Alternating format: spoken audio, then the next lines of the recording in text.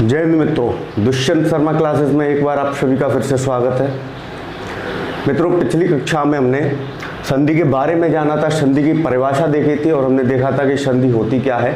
आज हम उसी को कंटिन्यू करते हैं और मैंने आपको बताया था कि संधि के प्रकार बताए थे। मैंने आपको 3 प्रकार से बताया था। पहले मैंने आपको बताया था कि संधि क्या होती है, संधि का शाब्दिक अर्थ क्या होता है, मेल जोड़ना या योग या फिर मित्रता, ये क्या होता है आपका संधि का शाब्दिक अर्थ। इसका मैंने विलोम बताया था। विलोम क्या होता है, विग्रह या विच्छेद इसका विलोम होता है। मैंने परिभाषा बताई थी। इसकी परिभाषा क्या होती है कि 2 वर्णों के मेल से जो विकार उत्पन्न होता है उसको हम क्या कहते हैं, संधि कहते हैं। विकार का अर्थ क्या होता है दोस्तों, परिवर्तन होता है। अतः हम कह सकते हैं कि जब 2 वर्ण आपस में योग करते हैं और जो परिवर्तन आता है उसको हम क्या कहते हैं, संधि कहते हैं। फिर मैंने आपको संधि के कुछ महत्वपूर्ण बातें बताई थी जो कि संधि होती है, जैसे कि संधि हमेशा तत्सम शब्दों में ही होती है।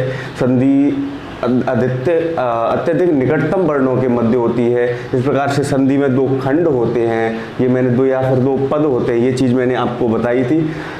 और फिर मैंने आपको बताया था कि संधि 3 प्रकार की होती है। सबसे पहले कौन सी, स्वर संधि, व्यंजन संधि, विसर्ग संधि। मैंने आपको बताया था कि संधि के 3 ही प्रकार के होते हैं। इसके बारे में मैंने आपको पिछली कक्षा में बताया था। अगर किसी ने पिछली वीडियो नहीं देखी है वो एक बार पिछली वीडियो को जाके देखे और थोड़ा सा संधि के बारे में जाना। दोस्तों, संधि हमारा काफ़ी महत्वपूर्ण टॉपिक है। इससे आपके समास, उपसर्ग, प्रत्यय और भी काफ़ी चीज़ को टॉपिक हैं जो इससे रिलेटेड हैं, जो आपको संधि पढ़ने के बाद उनमें आसानी हो जाती है। तो पिछली वीडियो ज़रूर देखें और यहाँ से भी आगे संधि को पढ़ें। संधि बहुत महत्वपूर्ण टॉपिक है। दोस्तों, मैंने संधि के बारे में बता दिया था कि संधि के प्रकार बता दिए थे कि क्यों होते हैं 3 प्रकार के, 3 ही प्रकार क्यों होते हैं, ये मैंने आपको बता दिया था। अब सबसे पहले मैंने आपको बताई थी स्वर संधि। सबसे पहले हम कौन सा पढ़ रहे थे, स्वर संधि। स्वर संधि, स्वर संधि, स्वर संधि की हम परिभाषा की बात करें तो स्वर संधि की हमारी परिभाषा क्या होगी। हम जानते हैं कि 2 वर्णों के मिल के योग से जो विकार उत्पन्न होता है वो क्या होती है, संधि कहलाती है। तो यहाँ संधि से पहले क्या जुड़ गया है, स्वर। अतः हम इसी से परिभाषा का निर्माण कर सकते हैं कि जहाँ दोनों पदों में स्वर हों, अर्थात हम कह सकते हैं कि प्रथम पद का अंतिम वर्ण, प्रथम खंड का अंतिम वर्ण स्वर और जो द्वितीय खंड होता है उसका प्रथम वर्ण क्या हो, स्वर। तो वहां क्या होगा, स्वर संधि होगी। अतः हम कह सकते हैं कि स्वर और स्वर जो संधि के दोनों खंड होते हैं उसके दोनों ओर स्वर और स्वर का अगर योग हो, जैसे कि आ और आ का हो, आ और ऊ का हो, तो वहाँ क्या होता है, आपका स्वर संधि होगी। इसी प्रकार से मैंने बताया था, आपको बांट के बता दिया था कि अगर आ के बाद या तो कोई व्यंजन आ जाए, जैसे कि ये आ गया, या फिर आगे कोई व्यंजन आ जाए तो क्या होगा, आपका व्यंजन संधि होगी। अगर यदि विसर्ग के बाद में कोई स्वर या व्यंजन आता है, तो वहाँ क्या होता है, आपकी विसर्ग संधि होती है। ये सारी चीज़ें मैंने कल आपको बता दी थी। तो हम बात करें स्वर संधि की परिभाषा की, तो स्वर संधि की परिभाषा क्या होगी, यदि किसी शब्द के प्रथम खंड का अंतिम वर्ण स्वर और द्वितीय खंड का प्रथम वर्ण स्वर हो और उनके बीच योग हो रहा हो, तो वहाँ क्या होगा दोस्तों, स्वर संधि होगी। ठीक है। स्वर संधि को हम 5 प्रकार से पढ़ते हैं। कितने प्रकार से पढ़ते हैं, 5 प्रकार से पढ़ते हैं, या कह सकते हैं कि स्वर संधि को 5 प्रकार से बांटा गया है। सबसे पहले दोस्तों कौन से होते हैं, इनका एक सीक्वेंस याद रख लेना, उससे क्या होता है कि आपको आगे इनके जो नियम है उनको याद रखने में परेशानी नहीं होगी। मैं आपको बताऊंगा कि कैसे आप एक ट्रिक से उनको याद रखेंगे और बता सकते हैं या बना सकते हैं। सबसे पहले आता है आपका क्या, दीर्घ स्वर संधि। दीर्घ स्वर संधि सबसे पहला प्रकार कौन सा आता है, दीर्घ स्वर संधि। दूसरा कौन सा आता है आपका, गुण स्वर संधि। तीसरा आता है आपका वृद्धि स्वर संधि, चौथा आता है आपका यण स्वर संधि, और पांचवा आपका कौन सा आता है, अयाद स्वर संधि। कौन से आता है, 5 प्रकार से बांटते हैं। कौन कौन से, दीर्घ स्वर संधि, गुण स्वर संधि, वृद्धि स्वर संधि, यण स्वर संधि, अयाद स्वर संधि। मैंने अभी आपको बताया था कि स्वर संधि में स्वर और स्वर का मेल होता है। किसका होता है, स्वर और स्वर का मेल होता है। दोस्तों इसको 5 प्रकार से ही क्यों बांटा है, क्वेश्चन आता है कि इसको 5 प्रकार से ही क्यों बांटा है। दोस्तों हमारी वर्णमाला में कुल स्वर कितने हैं, 11। वर्णमाला में कुल स्वरों की संख्या कितनी है, 11। अर्थात हम ये 5 प्रकार तो पढ़ ही रहे हैं, ये 5 प्रकार तो हम पढ़ ही रहे हैं, लेकिन वो पढ़ कैसे रहे हैं कि हमारे जो वर्णमाला है उसमें स्वरों की संख्या कितनी है, 11 स्वर होते हैं। अगर हम स्वर और स्वर का योग कराते हैं, अर्थात एक स्वर हम यहाँ लेंगे, एक का इसका खुद का भी योग होगा, खुद का भी होगा, और बाकी जो बचे 10 स्वर हैं उनका भी योग इसके साथ होगा। टोटल एक बार में कितने स्वर योग होंगे, टोटल एक स्वर के साथ कितने योग होंगे, 11, और हमारे स्वर कितने हैं, 11। अर्थात हम कह सकते हैं कि इनका टोटल 121 बार योग हम पढ़ रहे हैं। कितना पढ़ रहे हैं, 121 बार इनका योग हम पढ़ रहे हैं, और ये 121 योगों को हम इन 5 प्रकार से पढ़ते हैं। कितने प्रकार से पढ़ते हैं, 5 प्रकार से पढ़ते हैं। सबसे पहले आता है इसमें कौन सा, हम पढ़ते हैं क्या, दीर्घ स्वर संधि। कौन सा पढ़ते हैं दोस्तों, और दीर्घ स्वर संधि। दीर्घ स्वर संधि नाम से ही आपको पता चल रहा है कि दीर्घ अर्थात बड़ा। हमने जब वर्णमाला पढ़ी थी तो वहां पे हमने वर्णों के बारे में पढ़ा था। वहां कौन कौन से वर्ण थे, लघु भी थे, दीर्घ भी थे।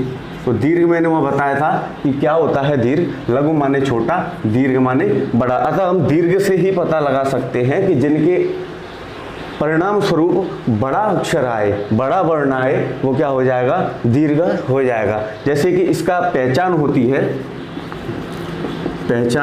क्या, बड़ी मात्रा आना। बड़ी मात्रा आना, बड़ी मात्रा कौन सी होती है, अर्थात दीर्घ मात्रा आना। दीर्घ मात्रा कौन कौन सी होती है, आ, ई और उ।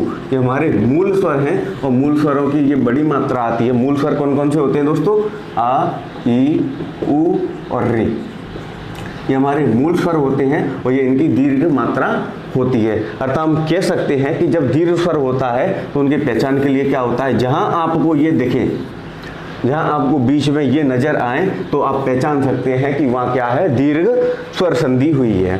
ठीक है दोस्तों, अगर हम बात करें इसके नियम की, तो नियम क्या होता है इसमें कि अ और आ के बाद या तो आ आए तो क्या हो जाएगा, आ हो जाएगा।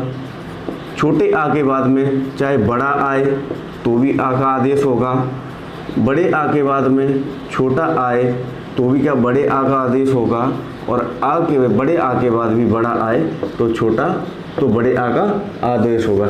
जैसे कि बताया था कि स्वर के बाद स्वर आता है तो स्वर संधि होती है, और दीर्घ स्वर संधि में क्या होता है कि आ के बाद छोटा या बड़ा कोई सा भी आ आए, आ के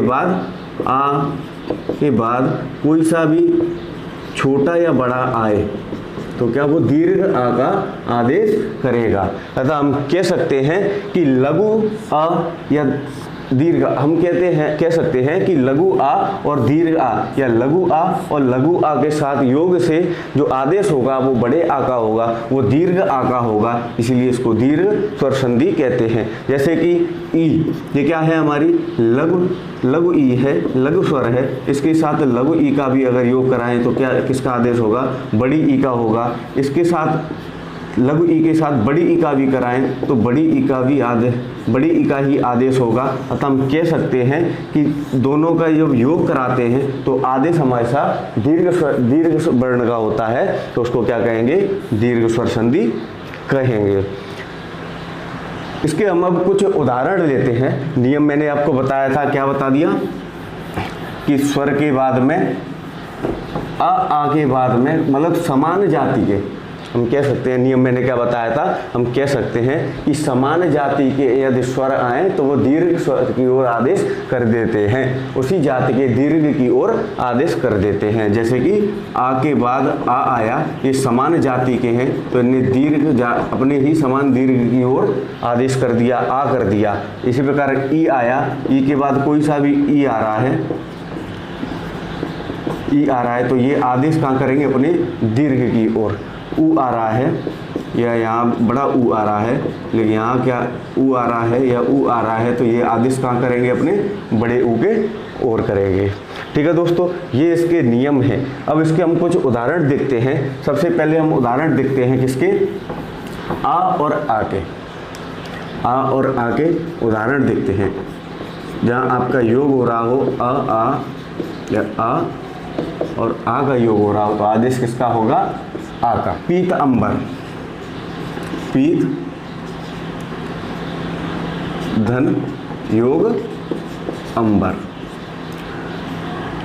पीत योग अंबर।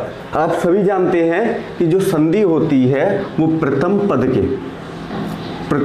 के अंतिम वर्ण और द्वितीय पद के प्रथम वर्ण के बीच होती है। तो यहाँ प्रथम पद क्या है, पीत, उसका अंतिम वर्ण क्या है, ता। अगर इसमें से हम अंतिम वर्ण निकालेंगे तो क्या निकल के आएगा, आ, क्योंकि आप सभी जानते हैं प्रत्येक व्यंजन स्वर की सहायता से बोले जाते हैं। ठीक है दोस्तों, तो यहाँ से क्या निकल के आएगा, आ। और अगर यहाँ से आप बात करें तो यहाँ से क्या निकल के आएगा, आ। अगर ये आ और आ गए तो आदेश क्या करेंगे, बड़ा आ। दोस्तों एक विशेष ध्यान देने योग्य बात है इसमें कि जो दोनों पद होते हैं वो दोनों पद सार्थक होना चाहिए, अर्थात दोनों का कोई ना कोई अपना अर्थ होना चाहिए, तभी वो संधि आपकी सत्य होगी, अर्थात नहीं तो वो गलत हो जाएंगे। अगर मैं यहाँ कर देता पीतांबर को, क्या बनेगा ये, पीतांबर। अगर मैं यहाँ कर देता आपको पीतांबर, क्योंकि योग तो आ और आ का भी आ ही कर रहा है ना, आ और आ का योग करने पर भी आदेश क्या आ रहा है, दीर्घ आ ही आ रहा है। क्या आ रहा है, दीर्घ आ ही आ रहा है। तो ये कर देता तो ये गलत हो जाता, क्योंकि पीता कोई शब्द नहीं होता, इसका कोई अर्थ नहीं होता। पीत का अर्थ होता है पीला, पीत का अर्थ क्या होता है, पीला होता है, अर्थात यह सार्थक शब्द है, सार्थक शब्द है। तो यह क्या हो गया, पीत अंबर। पीतंबर मतलब पीतांबर, जो पीला धारण किए हुए ये क्या आ जाएगा, बहुप्रिय समास में जाएगा। कहाँ जाएगा, बहुप्रिय ही समास में जाएगा। दोस्तों संधि बहुत महत्वपूर्ण टॉपिक है, आप इसको पढ़ लेते हैं तो आपके बहुत सारे टॉपिक कंप्लीट हो जाएंगे। कंप्लीट क्या, उनको पढ़ने में हेल्प मिलेगी, आपको समझ आने में हेल्प मिलेगी। जैसे कि मैंने आपको ये उदाहरण क्या है, जैसे कि उदाहरण आता है आपका एक रविंद्र। अगर इसका आप छेद करेंगे तो क्या होगा, रवि धन इंद्र। रवि धन इंद्र क्या होगा, रवि धन इंद्र। यहाँ आप देख रहे हैं कि छोटी ई और यहाँ भी क्या है, छोटी ई। इसमें से आप बाहर निकालेंगे अगर शब्द को तो क्या आएगा, छोटी ई, और यहाँ से भी निकालेंगे तो क्या आएगा, छोटी ई। आदेश करेंगे ये किसकी, बड़ी ई की ओर, तो यहाँ क्या हो जाएगा, रविंद्र।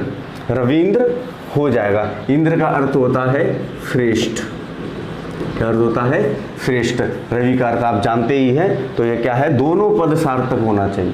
ऐसे ही नहीं करना है संधि कि कुछ भी उठाया कहीं से भी तोड़ दिया और कर दी उसकी संधि, वो गलत होता है दोस्तों। दोनों पद सार्थक होना चाहिए, दोनों का अपना अपना अर्थ होना चाहिए, तभी वहाँ पर क्या होगा, आपकी संधि होगी। जैसे कि हम एक उदाहरण लेते हैं, द्राक्षावलेह। द्राक्षावलेह, द्राक्षा अवलेह, द्राक्षा अवलेह। द्राक्षा का अर्थ होता है दोस्तों अंगूर। क्या अर्थ होता है, अंगूर। अवलेह का अर्थ होता है चटनी।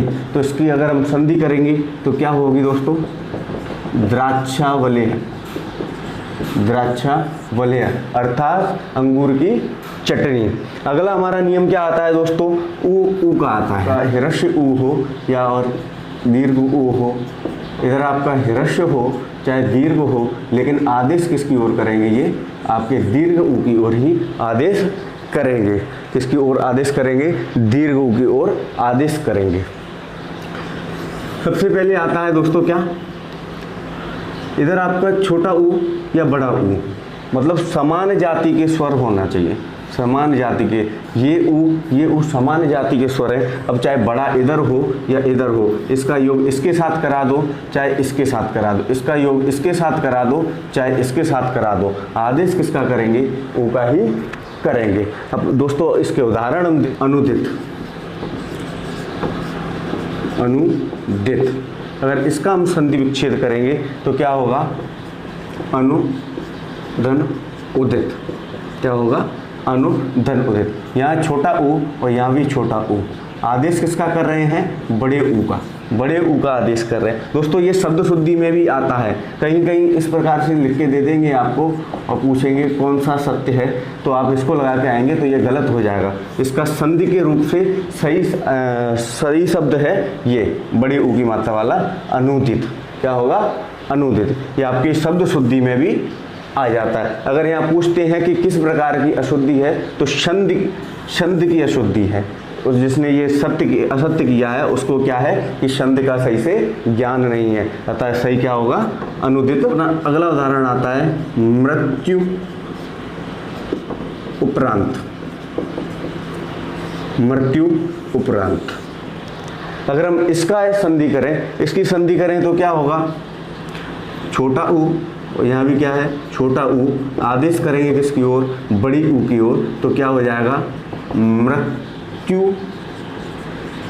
उपरांत। मृत्यु उपरांत जाएगा इसका सही आदेश। ठीक है दोस्तों, सही संधि क्या होगी? मृत्यु उपरांत। ये होता है आपका ऊ का आदेश करते हैं। दोस्तों इसके आगे वाले जो आते हैं वो हमारे किसमें? गुण स्वर संधि में आते हैं। मैंने आपको क्या बताया कि समान स्वर संधि, समान जाति के स्वर हों, समान जाति के स्वर हों और मूल स्वर होते हैं वो के कहाँ आते हैं? दीर्घ स्वर संधि में आते हैं। क्या नियम बताए थे मैंने आपको कि आ के बाद में आ और आ आए तो क्या हो जाएगा? आ हो जाएगा। ठीक है, ई और ई के बाद में ई और ई आए तो ई हो जाएगा। ऊ और ऊ के बाद में छोटा ऊ दीर्घ ऊ आए तो ऊ की ओर आदेश करेगा। क्या करेगा? आदेश करेगा। अर्थात दीर्घ से ही होता है, दीर्घ से ही यहाँ अर्थ होता है कि दीर्घ की ओर आदेश करना। अगर हम बात करें इनके आगे वाले वर्णों की, जैसे कि अगर हम आ का योग ई से करा दें, ई से करा दें, ठीक है, या फिर इस वाली ई से करा दें, आ का योग, आ का योग इन ई से करा दें तो ये किसकी ओर आदेश करेंगे? ए की ओर करेंगे। किसकी ओर करेंगे? ए की ओर करेंगे। जब मैंने आपको वर्ण पढ़ाए थे तो वहाँ मैंने आपको बताया था, क्या बताया था कि ए आ और ई की संधि से बनता है। ये संधि स्वर है। क्या है दोस्तों? संधि स्वर है। आ और ई का जब योग होता है तो किसका निर्माण होता है? ई का होता है।